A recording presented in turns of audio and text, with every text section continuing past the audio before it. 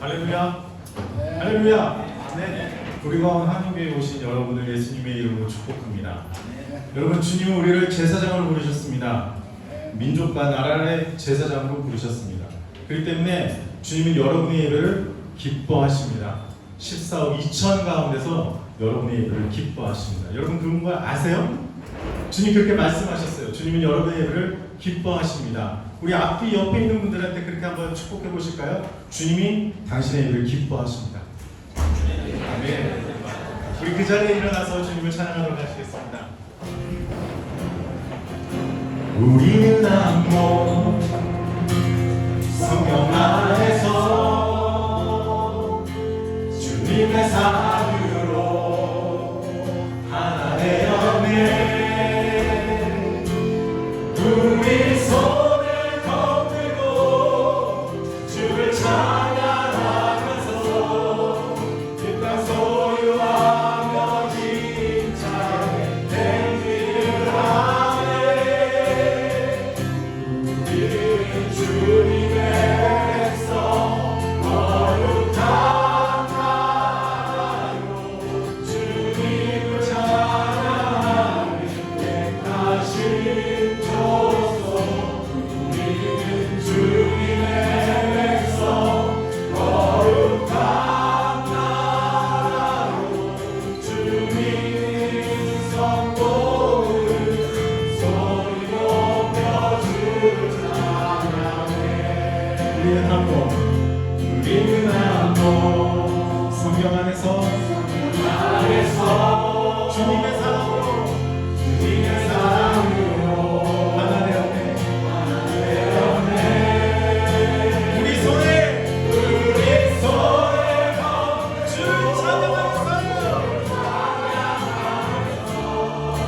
그 땅 소유하며 힘차게 행진을 하네.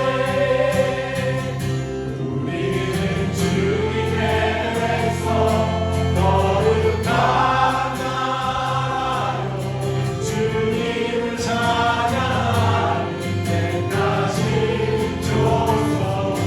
우리는 주님의 백성 거룩한 나라로 주님의 성도들 소리 높여 주를 찬양해. 우리는 주님의 백성, 우리는 주님의 백성 거룩한 나라로 주님을 찬양하는 백하신 조소. 우리는 주님의 백성 거룩한 나라로 주님의 성도들 소리 높여 주를 찬양해. 다시 한번 우리는 주님의 백성, 우리는 주님의 거룩한 나라입니다. 거룩한 주님을 찬양하는 주님을 찬양하는 백하신 조소.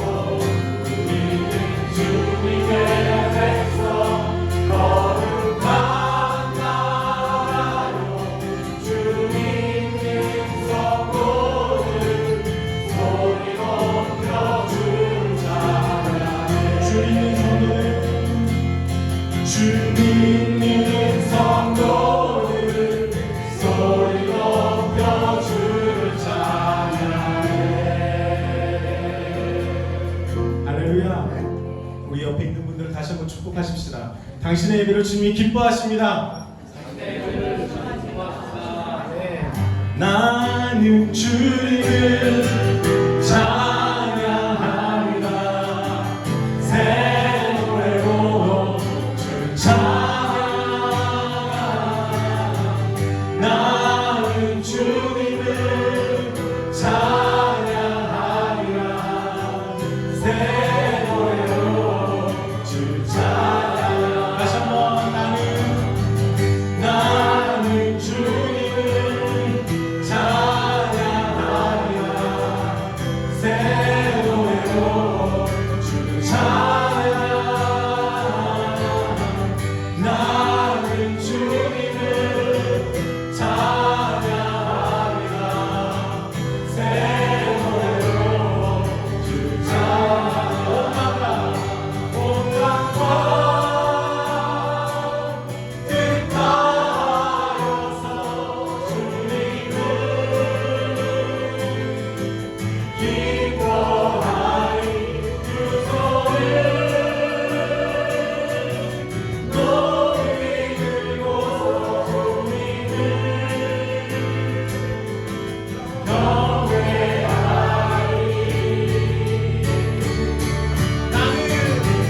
나는 주님을 찬양하리라.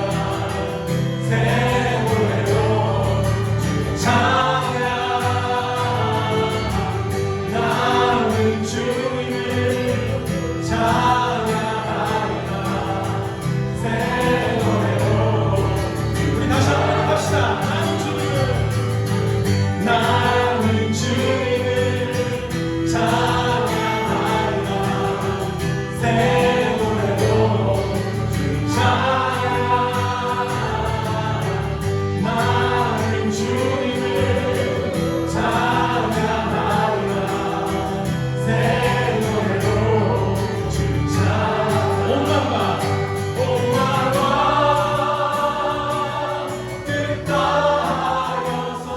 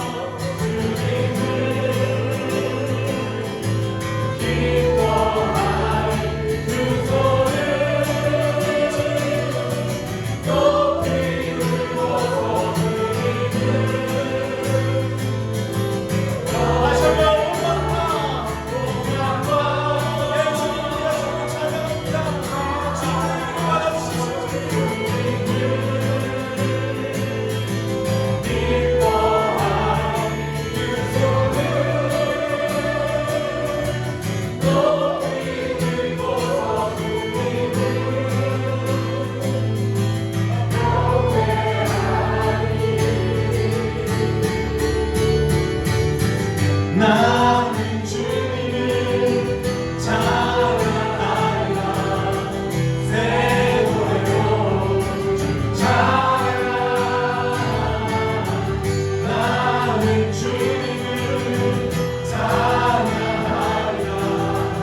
새 노래로 주 찬양. 주 찬양. 주 찬양.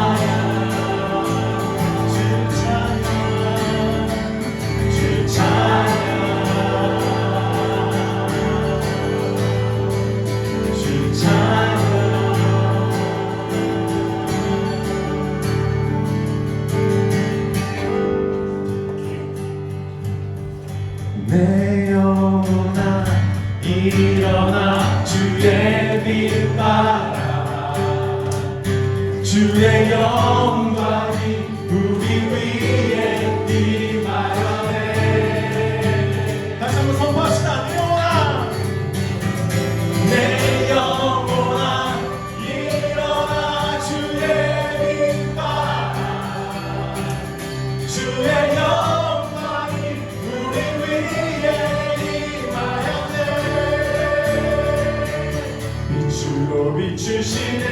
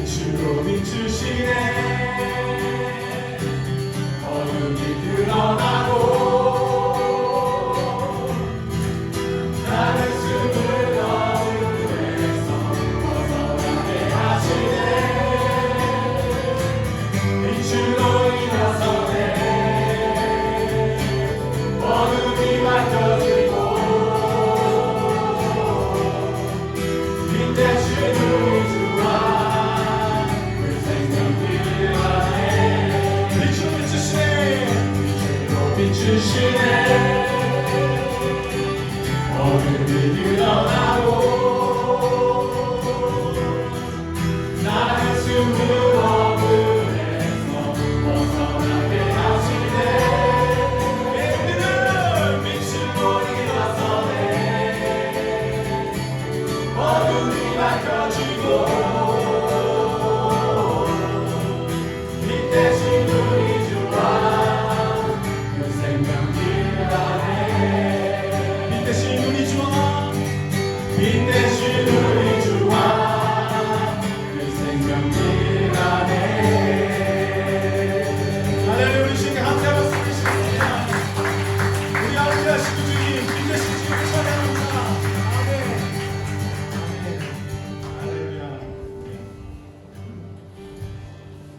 내가 주인 삶을 모든 것 내려놓고 내 주 대신 주 앞에 나가 내가 사랑했던 모든 것 내려놓고 주님만 사랑해. 주님 대신 고백입니다. 내가 주인 삼은 모든 것 내려놓고 내 주 대신 주 앞에 나가 내가 사랑했던 모든 것 내려놓고 주님만 사랑해. 주 사랑 거친 풍랑에도 힘든 바다처럼 나를 잠잠케 해. 주 사랑 내 영혼의 완성 그 사랑 위에 서리.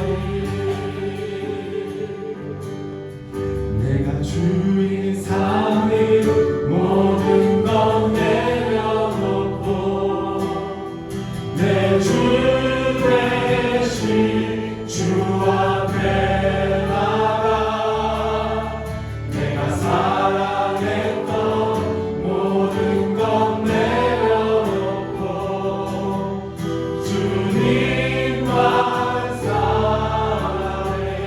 내가 주인 삶을 내가 주인 삶을 모든 것 내려놓고 내 주 대신 주 앞에 나가 내가 사랑했던 모든 것 내려놓고 주님만 사랑해.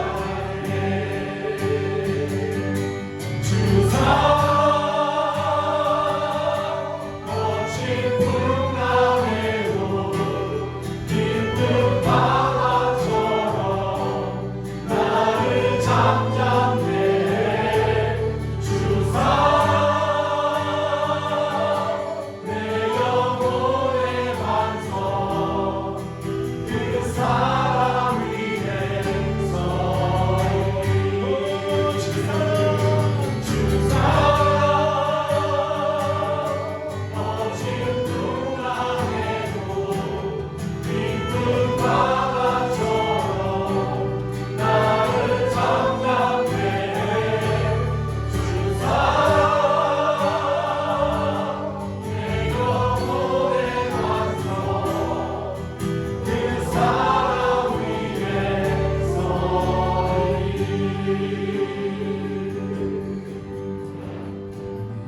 그 자리에 앉아서 주님 찬양하고 가시겠습니다.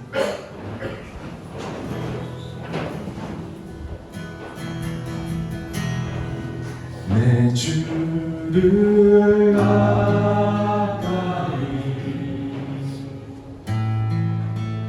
더욱 가까이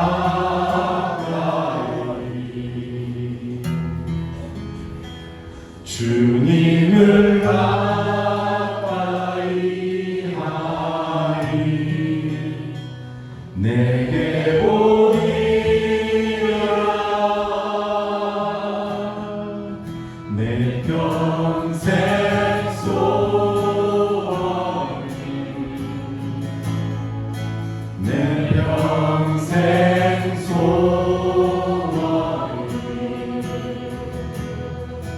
영원한 주의 나라 땅에 사는 것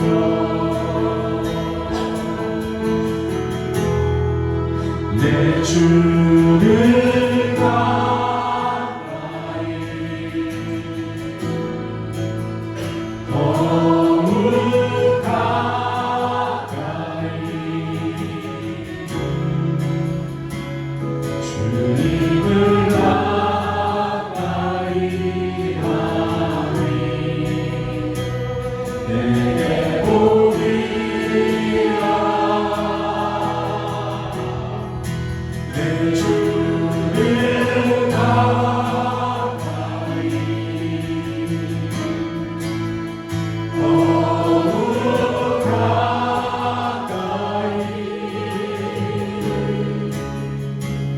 주님을 가까이 하니 내게 보이라 우리 주님께 다시 한번 내 주를 가까이 주님 우리 다시 우리의 고백을 받아주십시오. 가까이 주님을 가까이 하니 내게 보이라 내 평생 소원을 내 평생 소원을 영원한 주의 나라 안에 사는 것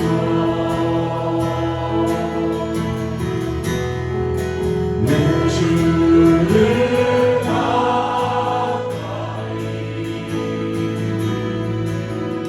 더욱 가까이 주님을 가까이 하니 내게 보이라 내 주를 가까이 더욱 가까이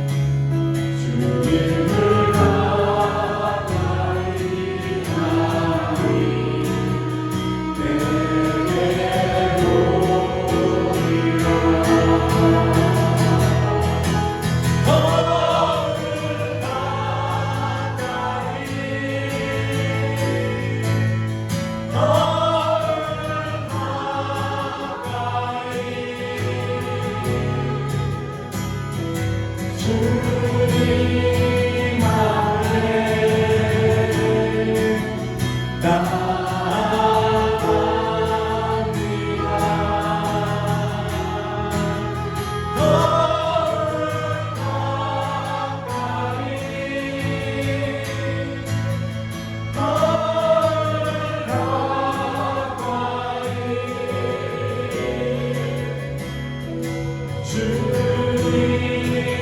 내게 보이라 주님 안에 내 주를 가까이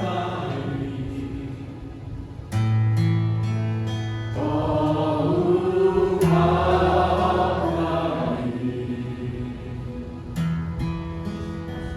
주님을 가까이 하니 내게 보이라 평생 소원을 내 평생 소원이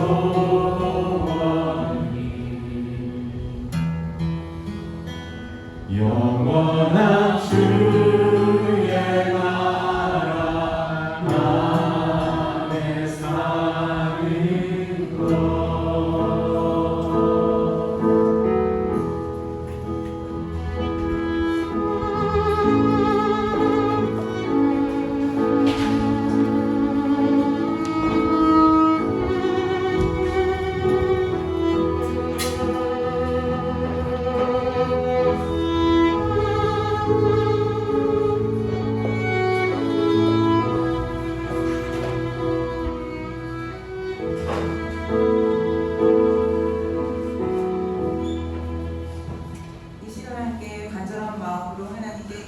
기도합니다.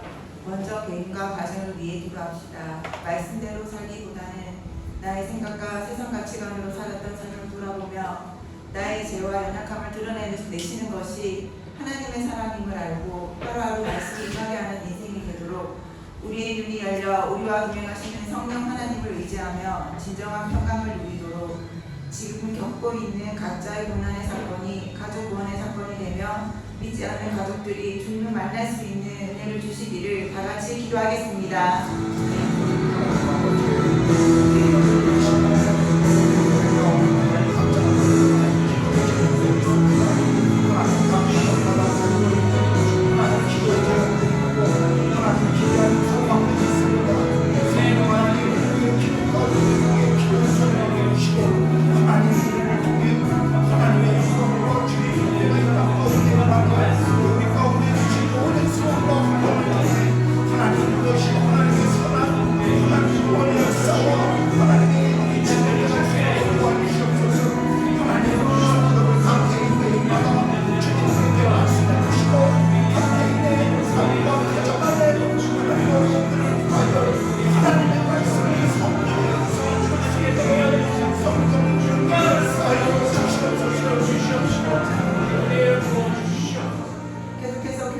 선교를 위해 기도하겠습니다. 우리 교회가 말씀 공동체로 인도의 복음화를 위해 사명을 감당하며 한 영혼 한 가정을 살리는 교회가 되도록 어떤 환경 가운데서도 하나님의 일하심을 믿고 공동체가 함께 흔들리지 않고 굳건히 세워갈 수 있도록 IBS 신학교와 산재의 품화를 전도사 가정과 교회를 지켜주시고 사역의 열매를 잘 맺을 수 있도록 인도 선교사님들의 안전을 지켜주시며 모든 필요를 채워주시도록 다 같이 기도하겠습니다.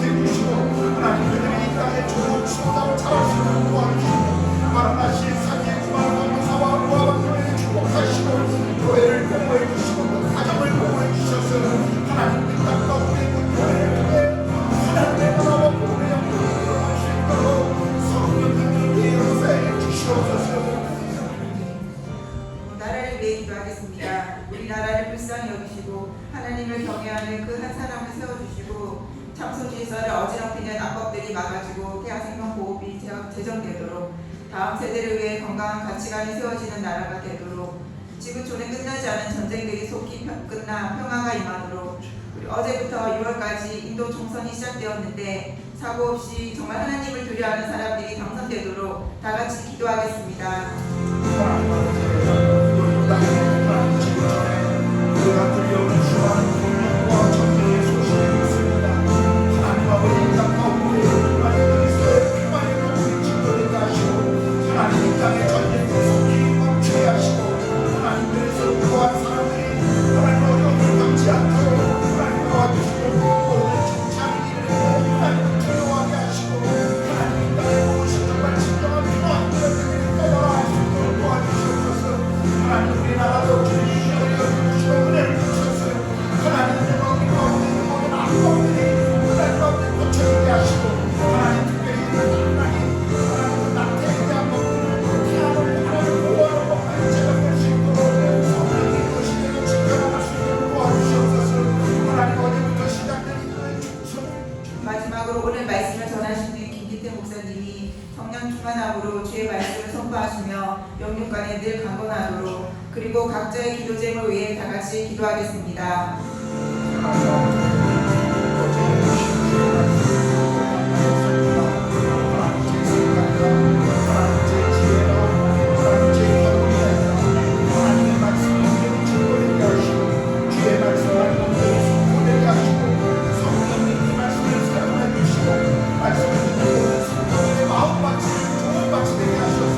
말씀을 들고 말씀이 살아나는 실제가 되도록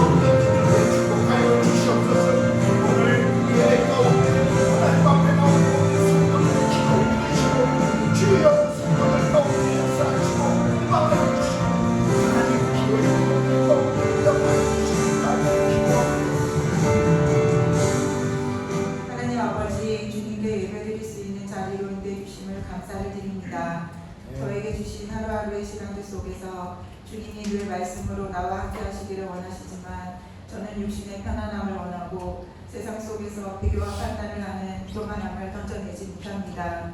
저를 불쌍히 여기시고 용서하여 주시옵소서. 주님, 오늘 말씀을 듣고 깨달아져 저의 죄가 보여지고 돌이키기를 원합니다. 예배 가운데 하나님의 말씀이 들리게 도와주시옵소서. 나에게 붙여주신 공동체를 사랑하고 한 마음으로 함께 갈 수 있도록 주님 도와주시옵소서. 오늘 예배 가운데 각자에게 성령으로 임하여 주시고 말씀을 전하시는 목사님께 성령 충만으로 함께하여 주시기를 간절히 바라며 이 모든 것 예수 그리스도의 이름으로 기도합니다. 아멘.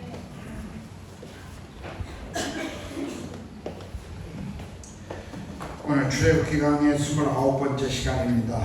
오늘 우리에게 주시는 본문은 출애굽기 20장 16절입니다. 다 같이 일어나셔서 우리 유나은 자매가 봉독해 주실 때 오늘 주시는 말씀을 받겠습니다.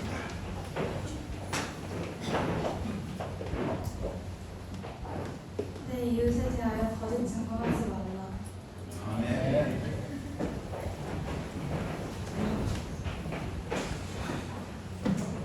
우리 예수 우리 왕이여 찬양하시면서 드려진 헌금 봉헌하도록 하겠습니다.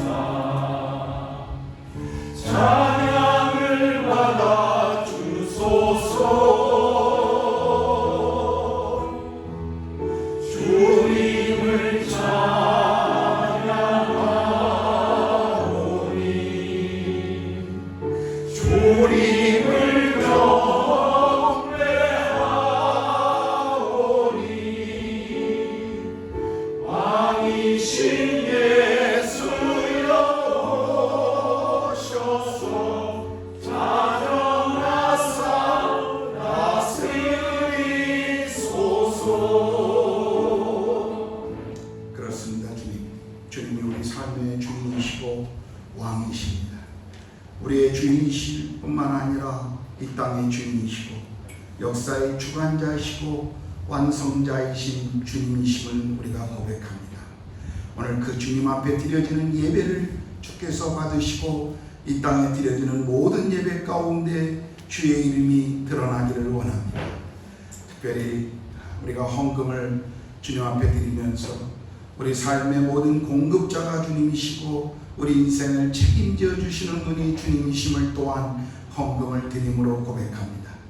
헌금이 사용되어지는 하나님의 나라의 복음과 그리고 가난한 이 땅의 영혼들과 선교사들을 지원하고 또 교회의 필요를 위해 사용되어지는 이 헌금을 주께서 축복하시고 헌금이 사용되어지는 곳에 하나님의 나라와 복음의 비밀이 하나님 드러나게 하시고 헌금을 관리하는 자들이 성실함과 투명함으로 잘 관리할 수 있도록 도와주시고 또 헌금을 드린 모든 성도들의 손길마다 주께서 복의 복을 더하여 주시옵소서. 하나님, 우리 인생의 주인이 만몬이나 물질이나 이 땅의 그 어떤 것도 아닌 하나님이심을 우리가 헌금을 드릴 때마다 배우며 물질 앞에 자유함을 헌금을 드림으로 또 배웁니다. 성령 하나님, 매일매일 우리의 삶을 인도하여 주시고 주께서 계획하신 그 선한 뜻을 따라 우리가 온전히 순종하고 나아가게 하여 주시옵소서. 이제 이 시간 주의 말씀을 듣기를 원합니다. 정말 성도들에게 하나님 심령마다 좋은 밭이 되게 하시고 말씀을 들을 때 아멘으로 응답하며 이 말씀이 삶의 실제가 되며 우리의 믿음의 길에 매일매일 걸어가게 하는 등불이 되게 하여 주시옵소서. 한국에 하나님 방문 중이거나 여행 중이거나 몸이 불편하여 오늘 예배에 나오지 못한 모든 성도들 있는 자리에 동일한 성령의 은혜로 함께하여 주시옵소서. 주일학교 예배 가운데도 성령님 함께하시고 우리 아이들의 인생 가운데 늘 예배의 축복이 넘치도록 함께하여 주시옵소서. 감사합니다. 주님을 찬양합니다. 우리 주님 예수 그리스도의 이름으로 기도드렸습니다. 아멘.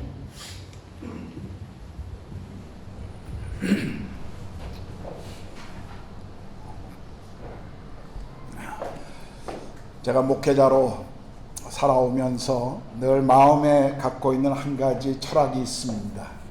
그것은 정직이 최선의 방법이다라고 하는 것입니다. 정직이 최선의 방법. 당장 눈앞에 있는 어려움이나 문제를 회피하거나 또 그것을 피하고 싶어서 직면하지 않고 거짓말을 하거나 아니면 덮어두거나 침묵하게 되면 나중에 늘 문제가 더 커진다는 사실을 저는 알고 있습니다. 그래서 하나님과 사람들과의 관계에서 정직함이 최선이다 하는 것을 저는 늘 생각하고 배우고 있습니다.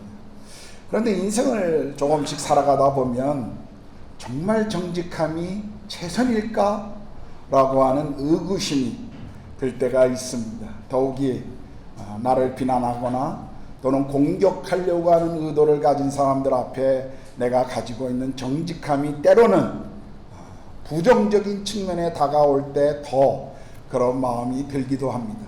또 내 말을 왜곡해서 다르게 해석하는 사람들 앞에 그들을 앞에서도 정직함이라는 것이 나의 삶의 투명함이라는 것이 그냥 그대로 받아들여질 수 있을까 하는 그런 의구심이 때로는 들 때가 있습니다.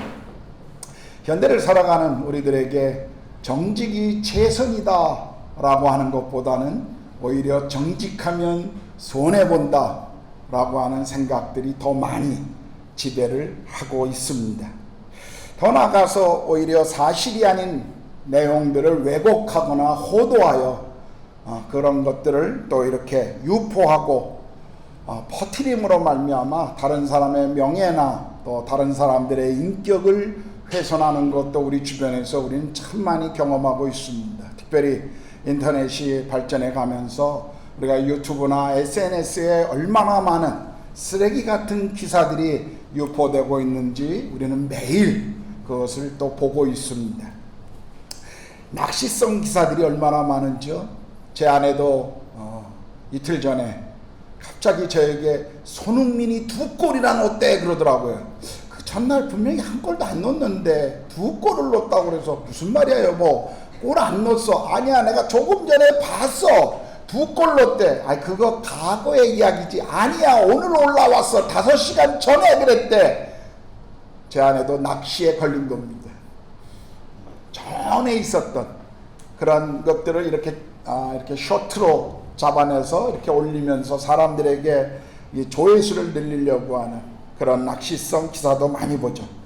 한 사람의 어떤 삶의 인격이나 그 사람의 어떤 명예를 생각하지 않고 왜곡하여 유포하는 이런 많은 기사들, 더욱이 더 나쁜 것은 하나의 그런 기사 같으면 또 다른 사람들이 더 자극적인 어떤 글귀나 내용들을 쓰면서 퍼뜨리고 있는 그런 것을 우리가 봅니다.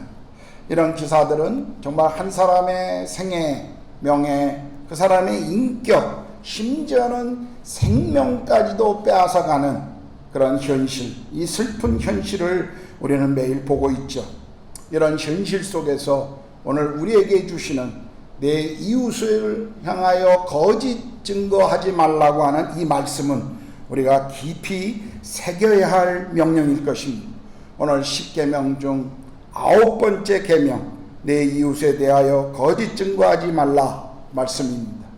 여러분 고대 사회에서는 사람의 명예가 무엇보다도 중요한 시대였습니다. 명예는 생명과도 같았습니다. 명예가 훼손된다 하는 것은 한 사람의 삶이 다 무너지는 것과 같은 그런 시대였습니다.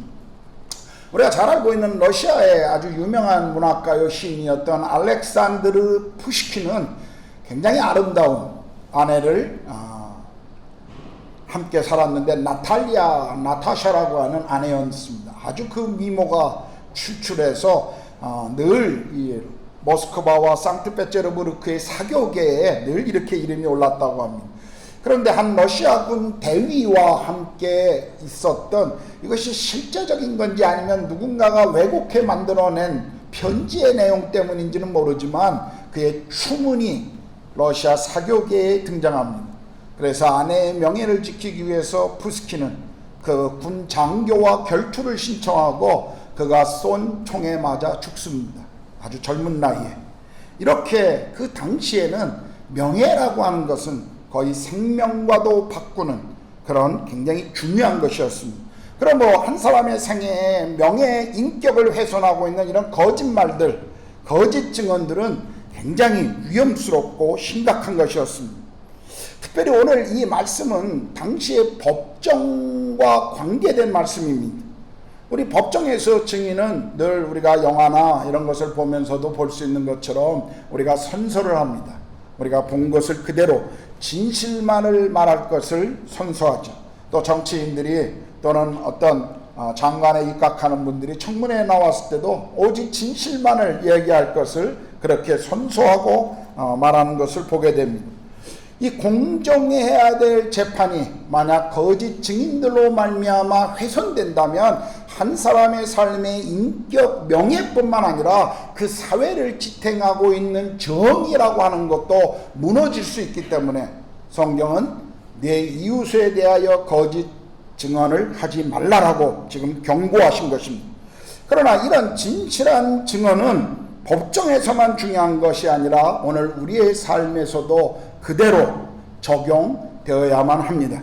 그렇다면 우리가 거짓을 멀리하고 진실을 말해야 하는 이유는 무엇일까요? 첫 번째는 거짓이 어디에서부터 시작되었는가를 알아야 합니다. 그래, 요한복음 8장 44절을 보면 너희는 너희 아비 마귀에게서 났으니 너희 아비의 욕심대로 너희도 행하고자 하느니라. 그는 처음부터 살인한 자요 진리가 그 속에 없으므로 진리에 서지 못하고 거짓을 말할 때마다 제 것으로 말하나니 이는 그가 거짓말쟁이요 거짓의 아비가 되었습니다 라고 예수님께서 말씀하십니다. 사탄 마귀가 거짓의 아비이며 거짓말의 원조라고 지금 말씀하신 것이죠. 우리가 창세기 3장을 보면 인류 역사의 가장 슬픈 죄가 어떻게 시작되었는가, 에덴에서 일어났던 그 사건을 우리에게 소개합니다. 하나님께서 인간을 만드시고 또 에덴을 만드시고 난 다음에 그 에덴의 모든 것을 자유롭게 허락하시면서 한 가지, 동산 중앙에 있는 선악을 알게 하는 나무의 열매를 먹지 말라. 그것을 먹으면 반드시 죽을 것이다. 죽으리라라고 하나님은 경고하십니다.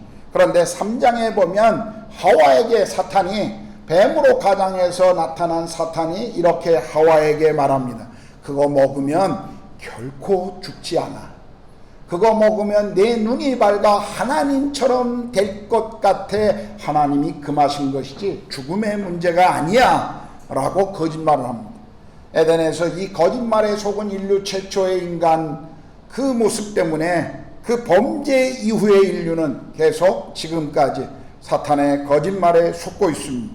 그러므로 우리가 거짓말을 할 때, 이웃에 대하여 거짓 증언을 할 때 그것은 사탄의 도구로 우리가 사용되고 있는 것이다 라고 하는 이 심각한 경고를 우리는 들어야만 합니다. 거짓말에도 여러 종류가 있습니다. 자기의 이익이나 유익을 위해서 남을 속이는 악의적인 거짓말이 있죠.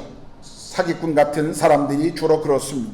정치인들은 선거철만 되면 표를 얻기 위해서 되지도 않고 이루지도 못할 수많은 공약들을 그냥 남발합니다. 정의롭지 못한 권력기관은 자기들이 얻고자 하는 정보를 위해서 거짓 증언, 거짓 증인들, 그리고 거짓으로 사람들에게 그런 것을 강요해내는 것을 볼 수가 있습니다. 어떤 이들은 회사에서 법인카드를 개인적인 용도로 쓰면서 잘못된 영수증을 첨부하기도 합니다. 어떤 이들은 비자금이나 세금을 탈세하기 위해서 이중장부를 사용하기도 합니다. 정치인들과 공무원들은 종종 분명한 잘못임에도 불구하고 모른다, 기억이 안 난다 라고 일관하면서 버팁니다. 문제가 생길 때 누가 그랬냐라는 질책 때문에 사람들은 그냥 침묵하기도 합니다. 이런 모든 것들 악의적인 거짓말입니다. 그러나 악의는 없지만 상대방을 기분 좋게 하거나 아니면 분위기의 필요에 따라 좋게 말하는 거짓말도 있습니다. 탈무드에서는 여자들에게 아름답다라고 말하는 것, 그리고 여성들이 만든 음식을 향해서 사실과 다를지언정 맛있다라고 얘기하는 것은 거짓말에 해당되지 않는다라고 랍비들이 가르칠 정도였습니다. 우리는 기분이 별로인데도 직장에 취직하면서 사람들을 만나면 전혀 그렇지 않은데 굿모닝 그럽니다. 또 how are you 그러면 I am fine 그러죠. 저는 how are you 라고 물었을 때 I am not good, bad 뭐 이렇게 얘기하는 사람들 거의 보지 못했습니다. 전부 대부분이 fine이에요. 그냥 편의상 그렇게 답변하는 것을 봅니다. 뭐 다 사실은 진실하지 못한 그런 대답들이지만 누군가에게 피해를 주지 않는 그런 행동입니다. 물론 진실이라고 하는 것이 항상 모든 것을 사실대로만 꼭 말해야 한다 하는 것은 아닙니다. 우리가 정말 사실대로 말하면 때로 그것은 다른 이들에게 고문이 될 수 있고 다른 이들에게 어려움을 줄 수 있어요. 예쁘게 차려입고 온 우리 자매 집사님들 향해서 제가 만나자마자 아이고 그 옷 입으니까 뚱뚱해 보여요.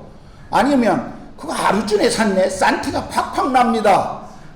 만약에 제가 그렇게 얘기한다면 목회 그만하자는 거죠.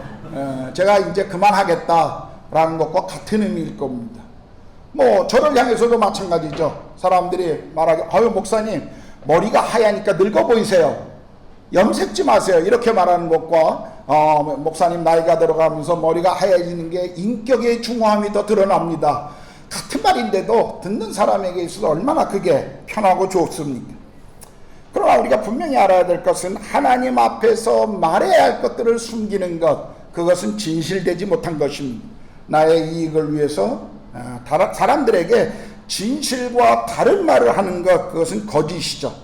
또 실제로 내가 원하는 것을 다른 사람이 말한 것처럼 그렇게 말하는 분도 있습니다. 자기가 정말 자기 안에 원하는데 누군가가 그렇게 말해서 내가 전달한다라고 하는 분도 있고요. 때로는 사람들의 그 어떤 자기 안에 있는 미숙함이 드러날까 두려워서 그냥 아예 입을 닫거나 말하지 않는 그런 사람도 봅니다. 물론 우리의 판단은 늘 틀릴 수 있습니다. 우리의 판단은 완전하지 않죠. 우리의 판단은 때로는 틀릴 수가 있어요. 그러나 늘 진실을 말해야 한다라고 하는 것은 우리 안에 늘 가지고 있는 기본적인 철학이 되어야 합니다. 우리가 진실을 이야기하면 적어도 내가 만나고 관계하는 사람들은 적어도 저 사람은 교묘하게 나를 속이지는 않을 거야 라고 하는 신뢰감을 그에게 줄 수가 있습니다. 두려움의 대상이 되지 않는다는 것이죠. 오늘 우리는 너무나 많은 크고 작은 거짓말이 범람하는, 그리고 그런 거짓말을 아무렇지도 않게 생각하는 사회에 살고 있어요. 그러나 우리는 이런 사회의 문화 속에서도 우리가 기억해야 할 것, 거짓은 사탄에게 나온 속성이요 그리고 도구이기 때문에 우리가 그 거짓을 따라가서는 안 된다고 하는 것을 우리는 분명히 알아야 합니다. 두 번째로 우리가 거짓을 멀리하고 진실된 말을 해야 하는 이유는 우리가 믿고 따르는 하나님이 진리의 하나님이시기 때문에 그렇습니다. 시편 31편 5절을 우리 같이 한번 읽어볼까요? 시편 31편 5절 시작. 내가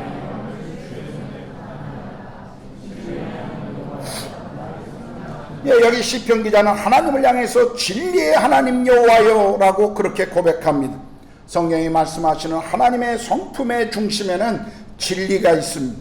성경은 하나님은 참되시고 거짓이 없으신 분이라고 우리에게 소개하고 있습니다. 우리 델리에 있는 간디 박물관에 가면 들어가는 입구에 이렇게 써 있습니다. True is God. 진리가 하나님이다. 저는 학생들을 데리고 간디 투어를 할 때마다 제가 늘 이 말이 왜 틀렸는지를 설명해 줍니다. 진리가 하나님이 아니라 하나님이 진리인 것입니다. 그분이 가지고 있는 그 정직함과 그분 안에 있는 진리의 속성이 진리를 말하게 하는 것이지, 어떤 기준에 분명한 기준도 없는 자기가 생각해 만들어낸 어떤 옳은 것이 하나님이 될 수 있는 것은 아니라는 것이죠. 하나님 존재 자체가 진리이기 때문에 그분은 진실된 분이십니다. 그래서 그분이 하시는 모든 행동은 진실된 것입니다. 우리가 민수기 23장 19절을 보면요, 하나님은 사람이 아니시니 거짓말을 하지 아니시고 인생이 아니시니 후회가 없으시도다. 어찌 그 말씀하신 바를 행하지 않으시며 하신 말씀을 실행하지 않으시랴라고 말씀합니다. 하나님뿐만 아니라 이 땅에 오신 성자 하나님이신 예수님께서도 거짓이 없으신 분이셨고, 그분은 진리대로 행하셨고, 그리고 그분의 삶을 통해서 하나님이 어떤 분인가를 우리에게 보여주셨습니다. 요한복음 14장 6절에 예수께서 이르시되 내가 곧 길이요 진리요 생명이니, 이 말씀을 하시면서 주님 자신이 진리라고 하는 것을 분명히 우리에게 선언해 주십니다. 요한복음 16장 13절에 보면요, 성령이 어떤 분인가를 이렇게 설명하십니다. 그러나 진리의 성령이 오시면 그가 너희를 모든 진리 가운데로 인도하시니 그가 스스로 말하지 않고 오직 들은 것을 말하며 장래일을 너희에게 알리시리라. 우리 가운데 예수께서 승천하시고 그리고 보내주실 성령, 보혜사 성령님이 어떤 분이신가? 성경은 그분을 향해서 진리의 성령이다, 그리고 우리를 진리 가운데로 인도하시는 분이다 라고 우리에게 성령님을 소개하고 있습니다. 그러므로 우리가 믿고 섬기고 따르고 있는 삼위일체 하나님은 진리의 하나님이시고, 하나님은 진리의 하나님이시고 진실하신 분인데, 그분을 따르는 우리가 진실하지 않고 여전히 거짓 가운데 매여 있다면 이건 참 문제가 아닐 수가 없습니다. 우리는 우리가 행한 모든 거짓말에 대한 고백과 어찌할 수 없는 상황에서 자신의 한계를 인정하는 것은 필요합니다. 왜냐하면 사실대로 말하는 것은요, 진리를 말한다는 것은 어떤 의미에서 희생을 감수해야 합니다. 거룩한 행동이지만 이게 말처럼 이렇게 쉬울 때가 없을 때가 있어요. 간단하지 않습니다. 우리가 삶을 살아가면서요, 그런 어떤 진리를 위해 정말 사실과 진실되게 이야기한다 라고 하는 것이 참 쉽지 않다라는 것을 우리 삶에서 경험하지 않습니까? 우리가 성경을 읽어봐도 출애굽기 1장에 보면요, 애굽의 바로가 시브리 산파들에게 시브리 여인들이 만약에 아기를 낳았는데 아들을 낳으면 다 죽여라 라고 이야기합니다.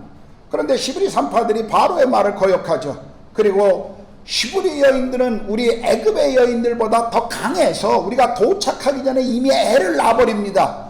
그래서 바로의 명령을 우리가 순종할 수 없었습니다라고 거짓말합니다. 우리가 여호수아 2장에 보면요, 그 여리고성을 앞두고 정탐꾼이 갔을 때 그 정탐꾼을 숨겨준 기생 라합에 대한 이야기가 나와요. 그 정탐꾼을 숨겨주고도 거짓말로 그 여리고의 사람들을 속입니다. 그런데 성경에 보면 이런 모든 이들의 행동을 성경은 칭찬하고 있고 하나님을 신뢰하는 믿음에서 나온 행동이다 라고 이렇게 설명하고 있어요. 마치 이러한 행동이 그 목적은 수단을 정당화시킬 수 있다 라고 하는 것을 우리가 옹호하는 것처럼 보이기도 합니다.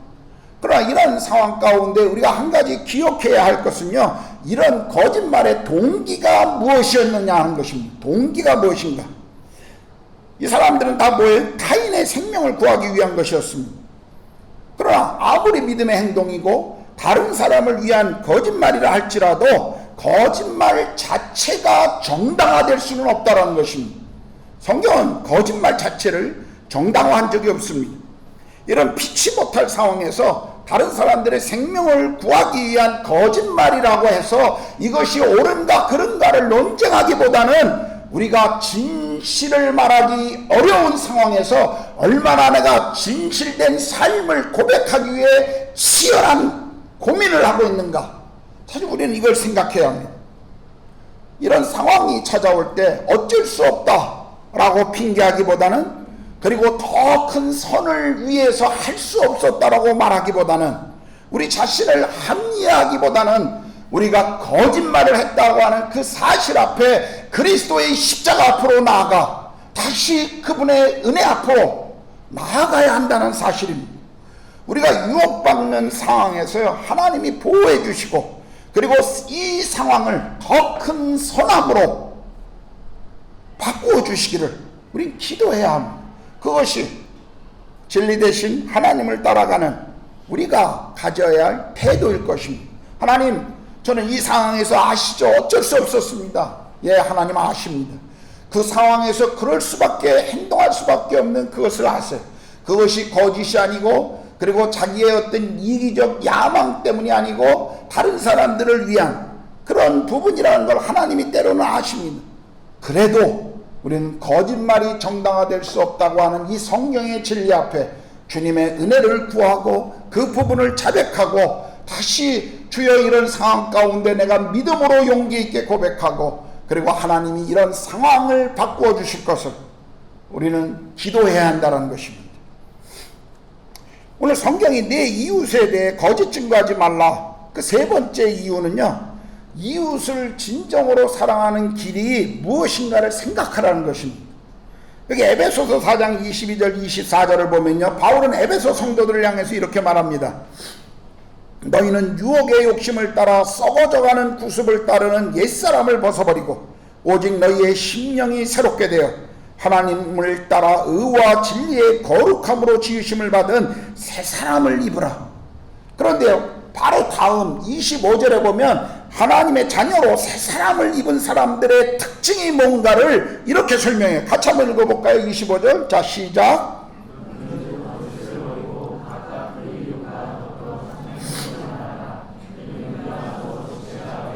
예, 여기 보면 뭐라 그래? 그 이웃과 더불어 참된 것을 말하라는 거죠. 그러니까 하나님의 자녀가 된 그리스도인들의 삶은요, 거짓말을 멈추는 데서 머무는 것이 아니라는 것이에요. 더 적극적으로 우리는 뭐예요? 하나님의 진리, 진실을 말하는 사람이 되어야 한다는 것입니다.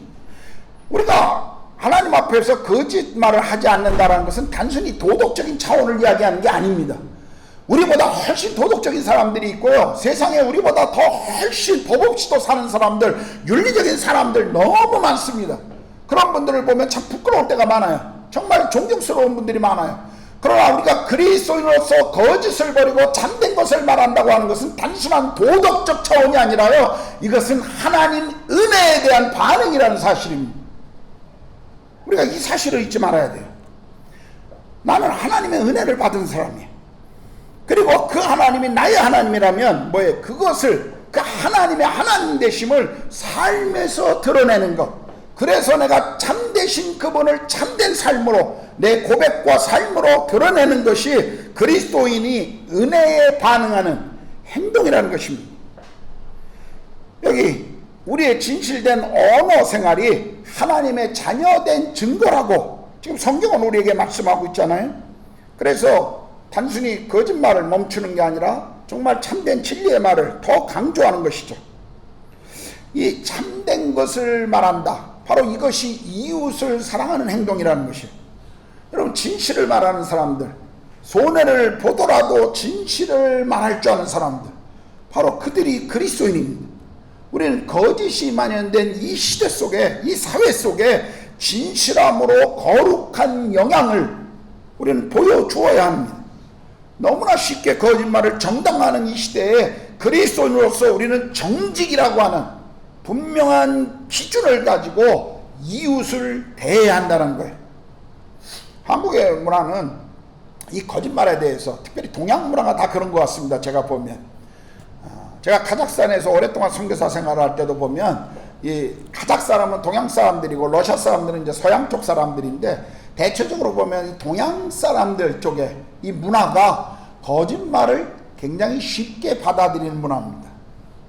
그냥 눈앞에서 돌았으면 드러날 거짓말도 정말 뻔뻔하게 합니다. 그리고 바로 드러나면 부끄러워하지도 않고 껴안으면서 브라더 그러고 막 우리는 뭐 형제라 그러고, 그럴 때마다 이 사람들을 어떻게 사랑해야지 막 그런 고민이 들 때가 많아요.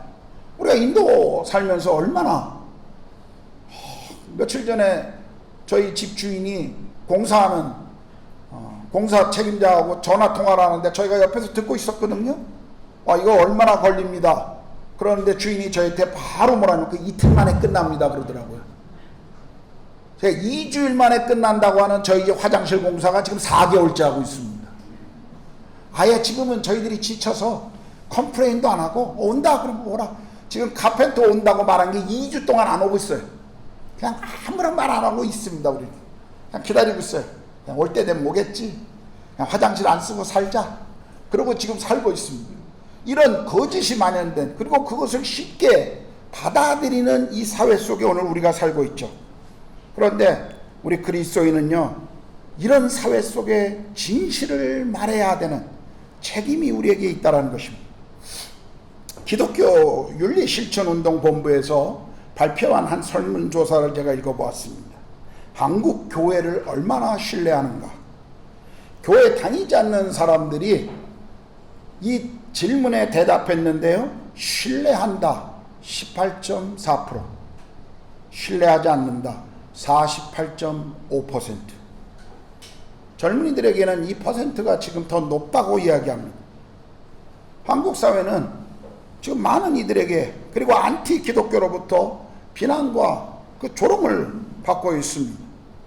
우리 그리스도인의 삶의 고백이 무너졌기 때문에 지금 이것이 우리가 삶에서 경험하고 있어요. 어떻게 한국 교회가 한국 사회를 움직이게 할 수 있겠습니까? 어떻게 한국 사회를 교회가 이런 상황에서 변화시킬 수 있겠어요? 어떻게 이런 상황 속에서 우리가 믿지 않는 이들에게 복음을 이야기하고 예수님을 소개할 수 있겠냐 하는 겁니다. 다른 방법이 없습니다. 제가 생각해보면 다른 방법이 없어요. 기도하고 고민해도요, 다른 방법이 없어요. 오직 한 가지 방법입니다. 말씀대로 살아가는 거예요. 말씀대로 살아가는 방법밖에 없어요. 우리 그리스도인들이 다시 뼈를 깎는 회개와 참회와 그리고 고통의 시간 가운데 말씀하시면 그 말씀을 따라가겠다, 그 고백에 삶을 따라가는 수밖에 없습니다. 내가 먼저 신뢰받는 사람이 되지 않으면, 내가 한 말에 대해서 책임지지 않는 사람이 안 된다면요, 우리는 한국 사회에서 더 이상 교회가 비칠 수 있는 소금과 빛의 역할들은 점점 더 사라지게 될 것입니다. 우린 내가 잠시 손해를 보더라도, 내가 그 진실된 고백 때문에 내가 좀 손해를 보더라도요, 결국은 하나님이 갚아주신다는 믿음을 가져야 합니다.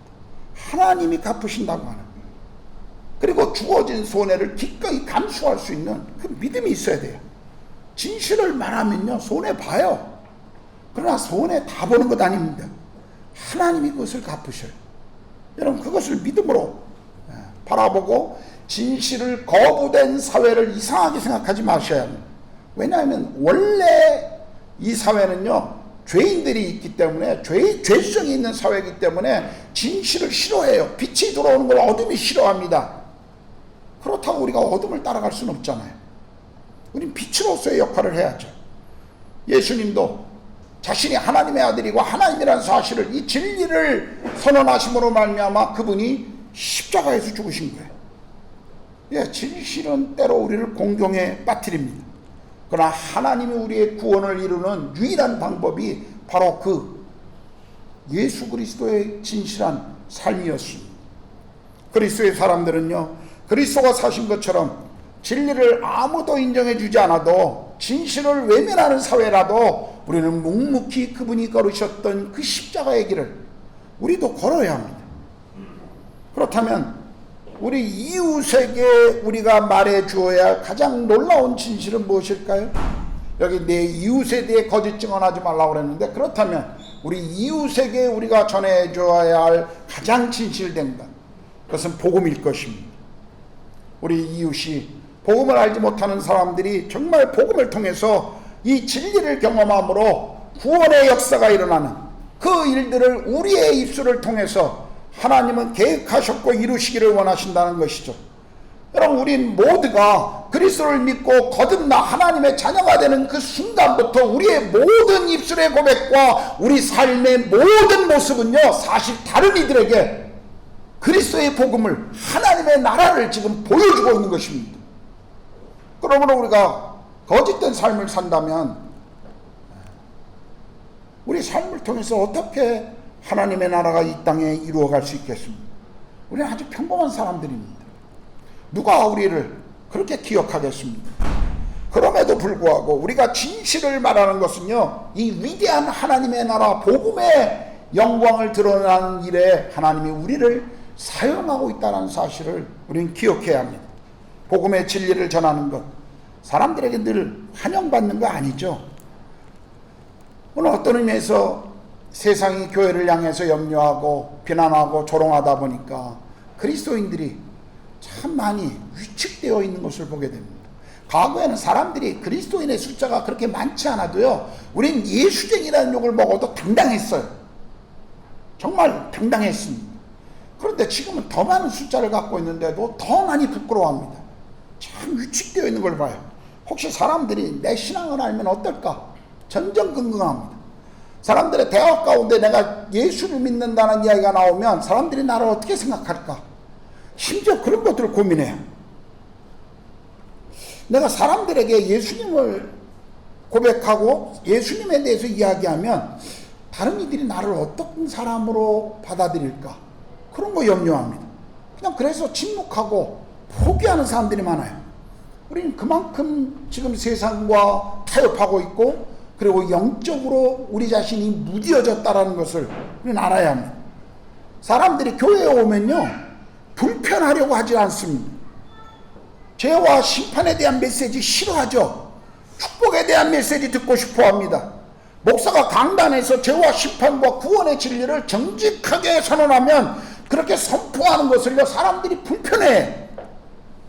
미국에서 가장 큰 교회, 조엘 오스틴 목사가 하는 그 긍정적 사고방식, 성경은 읽고 하나님의 말씀은 이야기하지 않고 죄와 심판과 부정적인 성경에 나오는 그 어떤 얘기도 얘기하지 않고 아침에 일어나면 오늘 하루 잘 될 거야, 오늘 하루 하나님이 나를 축복할 거야, 반복하면서 삶을 살면 행복할 거라고 가르치는 그 교회, 오늘 미국에서 가장 많이 모이는 교회 중에 하나입니다. 그게 교회입니까? 저는 그 사람을 목사라고 생각해 본 적이 한 번도 없어요. 그 교회가 사회에 얼마나 영향력을 줄 수 있을까요? 우리는 진정한 행복은 하나님의 관계에 있다라고 믿는 사람들입니다. 하나님의 관계를 망치고 있는 것은 가장 큰 것이 죄의 문제예요. 이 죄의 문제가 해결되지 않았는데 어떻게 하나님과의 관계에서 복을 누린단 말이에요. 그 속임수입니다. 그 세상의 외침이에요. 성경의 가르침이 아니에요. 성경은 하나님과의 관계가 회복되려면 우리 안에 있는 죄의 문제가 해결되고, 그 죄의 문제가 해결되려면 그 죄를 위해서 우리 가운데 대속의 죽음으로 우리의 죄를 용서하신 예수 그리스도를 믿어야 한다고 가르치잖아요. 그런데 그리스도 없이 텔레비전 인터뷰에 나와서 진행자가 당신은 예수가 유일한 구원자라고 믿습니까? 이 질문 앞에 목사라고 하는 이가 대답을 못해요. 그게 목사예요? 그게 교회입니까? 저는 그렇다고 생각하지 않습니다. 오늘 많은 이들이요, 우리 한국 사회, 한국 교회도 그런 모습이 많습니다. 목사들이 강단에서 농담과 유머를 가장한 수많은 이상한 소리들을 하는데 그걸 들으면서 교인들이 즐거워해요. 불편한 소리를 듣고 싶어 하지 않습니다. 여러분, 정말 우리가 하나님의 관계에서 성숙해 가지 않으면 우리는 주님이 주시는 복이 무엇인지를 발견하지 못합니다. 우리가 거룩한 삶을 살아가지 않으면요, 어떻게 하늘의 복이 무엇인지를 우리가 알 수 있겠어요? 근데 사람들은 그걸 원하지 않습니다. 그냥 예의 바르고 내 어떤 거 건들지 않고 그냥 하나님의 복만 이야기해주면 사람들은 좋아하는 그런 시대에 우리가 살고 있습니다. 그러나 성경은 우리에게 그렇게 말하지 않습니다. 주님을 따라가는 제자의 삶을 이 땅에서 살아가지 않는데 어떻게 하늘의 복을 기대하고 어떻게 하나님의 나라를 기다리며 살아갈 수 있냔 말이에요. 그건 거짓말입니다. 주님을 따라가지도 않는 사람들 향해서 강단에서 위로의 메시지만 전한다면 그 목사는 거짓말쟁이에요. 영혼들이 지옥을 향해 가고 있고, 그리고 죄의 문제가 해결되지 않으면 하나님과의 관계에서 그것이 얼마나 고통스러운 처절한 심판의 그 날이 기다리고 있다는 것을 목사가 알면서도 그 사실을 이야기하지 않고 매일 위로의 메시지만 전하면 나중에 그 영혼에 대해서 누가 책임질 거예요? 하나님 앞에 섰을 때 누가 이 영혼에 대한 핏값을 책임지냔 말입니다. 오늘 그리스도인들이 그렇게 돼버렸어요. 이웃을 사랑한다라고 기도 가운데 고백하지만 복음에 대해서는 나누지 않습니다.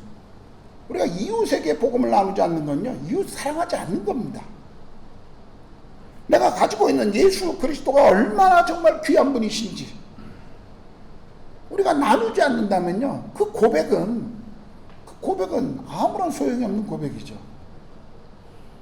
우리는 이 땅에서 진리 대신 예수 그리스도를 따르는 사람들, 우리는 이 땅에서 거짓을 버리고 진리를 선포하는 사람들이에요. 물론 우리가 그리스도인이 되었다고요, 한 번에 완전한 사람이 되는 거 그거 아닙니다. 성경도 우리에게 그렇게 말하지 않아요.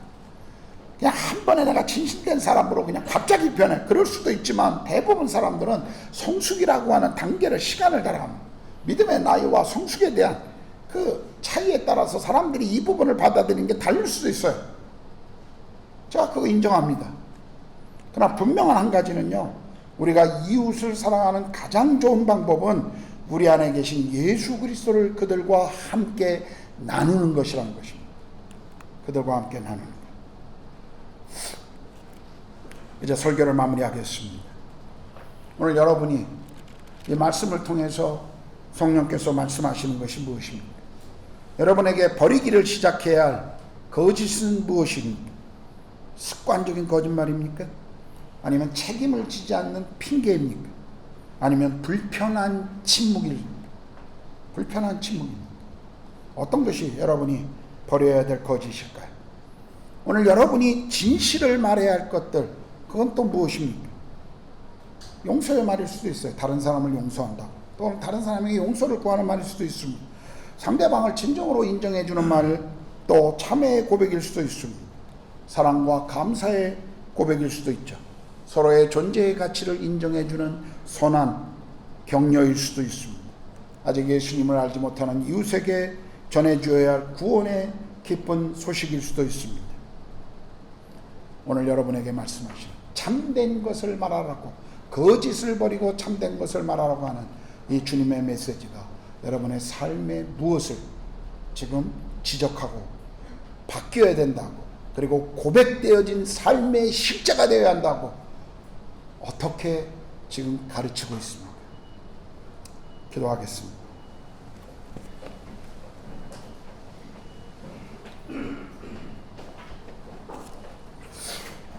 이 시간에 우리 말씀을 기억하면서 기도합시다. 하나님, 정말 나와 이웃을 속이지 않는 용기를 달라고, 거짓을 멀리하고 진실을 말할 수 있는 믿음을 달라고 기도합시다. 나의 입술로 진리 대신 하나님을 드러내며 진리의 복음을 드러낼 수 있도록 하나님 내게 믿음을 더하소서. 성령님, 나를 그렇게 다스리시고 인도해 주십시오. 오늘 말씀을 기억하면서 여러분에게 말씀하시는 그 성령의 음성 앞에 우리가 기도하겠습니다. 기도합시다.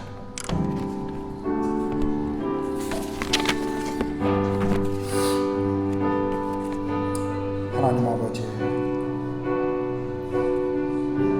참 이 땅에서 우리가 진실된 고백과 거짓을 멀리한다고 하는 것이 참 쉽지 않음을 하나님 압니다. 우리는 너무 가볍게, 너무나 쉽게도 다른 사람에게 피해를 주지 않는다고 쉽게 거짓말을 할 때가 많습니다. 하나님, 또 그것을 피해갈 수 없는 어떤 상황에 그냥 아무런 생각 없이, 고민 없이 거짓말을 쉽게 하는 우리 자신들을 보게 됩니다. 하나님, 우리에게 믿음을 주시고 우리가 그것을 하나님 극복하고 이길 수 있는 성령의 통치하심을 바라보게 하시고 성령께서 우리를 다스려 주십시오. 그래서 우리 가정이 거짓을 멀리하고 진리가 쓰는 가정이 되게 하시고, 우리 아이들이 그 진리 가운데 자라는 그런 가정 될 수 있도록 성령님 도와주십시오.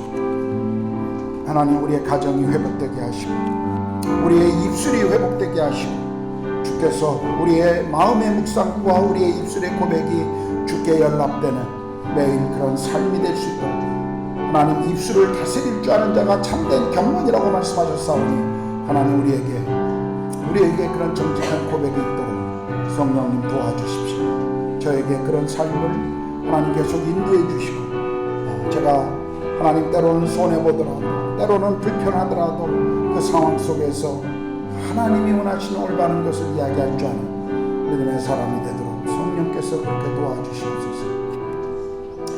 하나님 아버지, 오늘 이 시대와 그리고 우리 주변의 문화가 거짓말을 멀리하고 참된 진실의 말을 하라고 하는 이 성경의 가르침과 너무 먼, 너무나 환경이 다른 그런 시대에 우리가 살고 있습니다. 이런 시대에 정직하게 참된 것을 말한다는 것이 얼마나 힘들고 또 그것이 손해를 감수하는 것인지 우리가 압니다.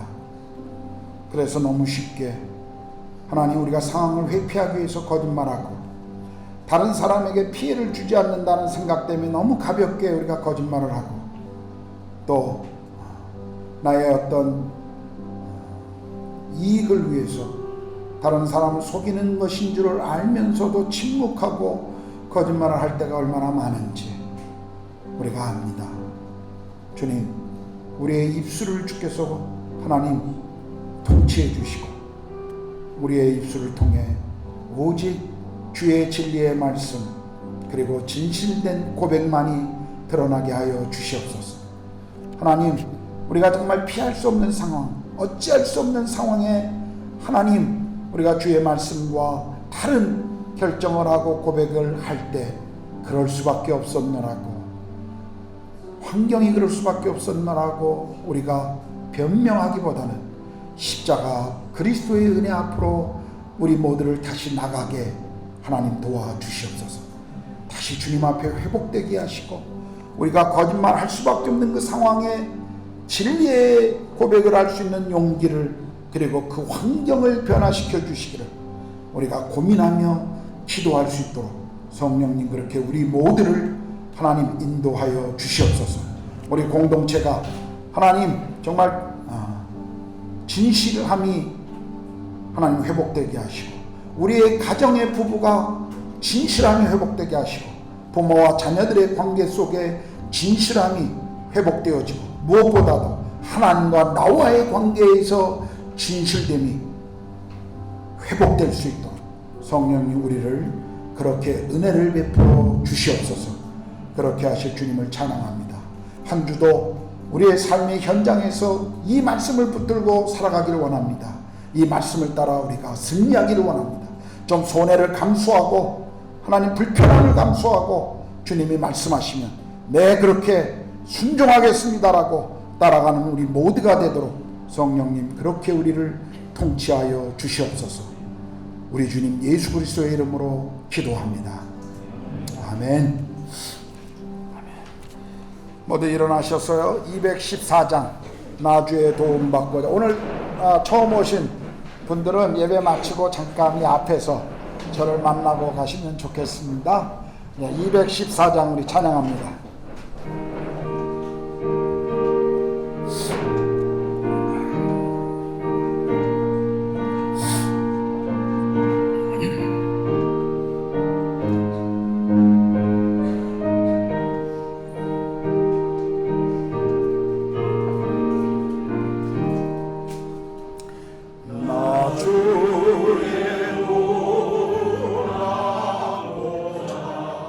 주의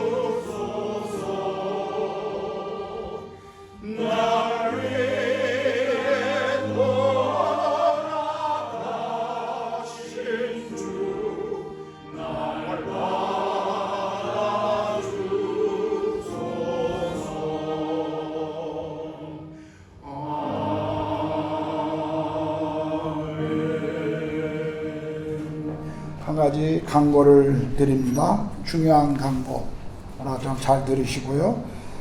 우리 교회가 새로운 목사님을 청빙하는 일에 있어서 청빙위원회가 구성될 겁니다.